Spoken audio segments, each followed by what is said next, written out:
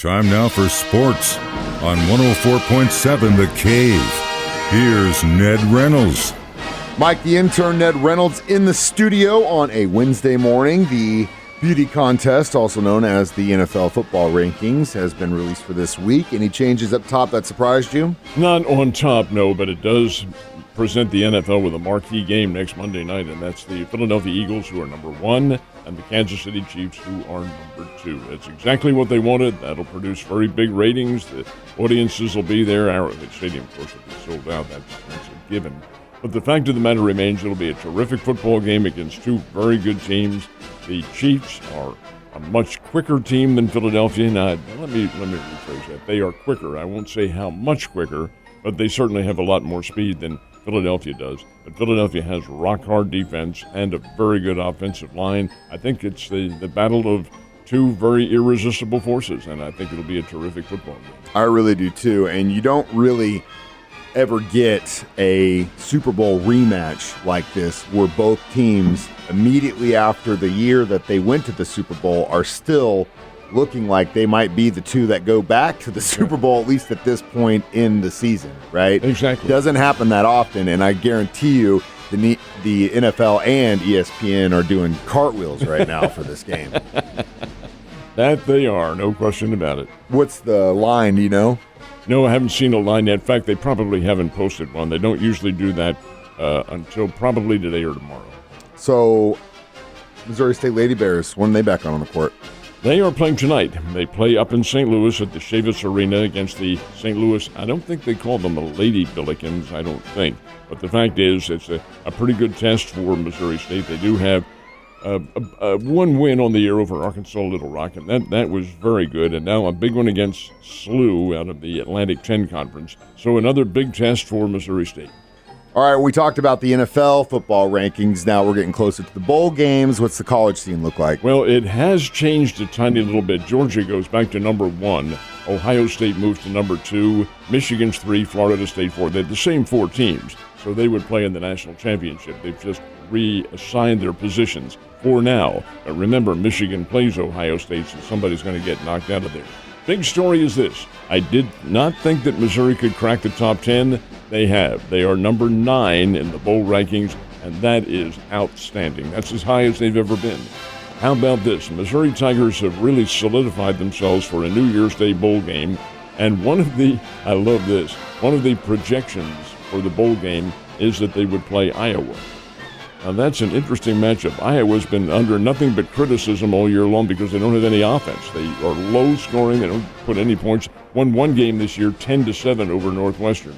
Come on, 10-7 in college football?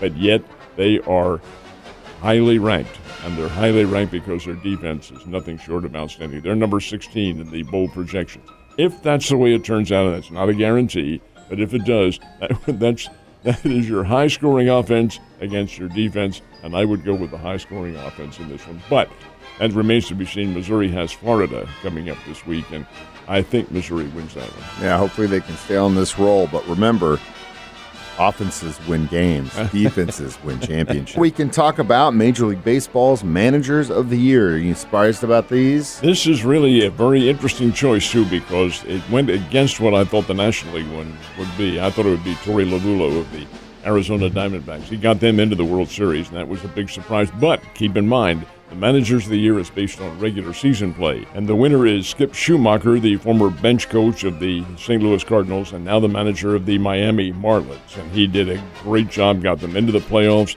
They were a contender all year long, and Schumacher is just a really, really good guy and a terrific manager.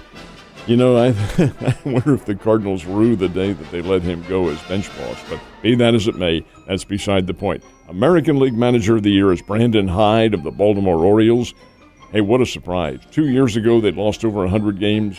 This year, they win over 100 games. Didn't make it into the playoffs, but that's not how the award is chosen. It's what you've done during your 162-game regular season, and Baltimore was one of the big stories of the year and will continue to be. They have a young team, not necessarily a prediction they're going to win everything, but they're pretty good. And Hyde has done a terrific job of molding them together. So it is Skip Schumacher and Brandon Hyde who are the winners this year.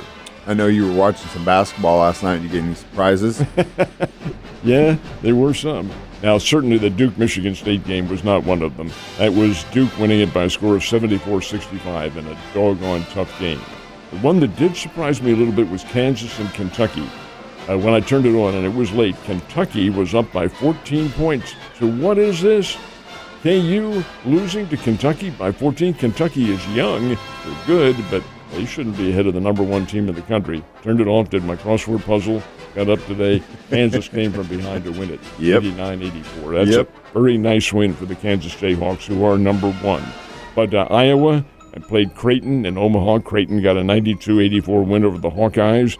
And the Marquette, Illinois game. Marquette is really good. They're coming back.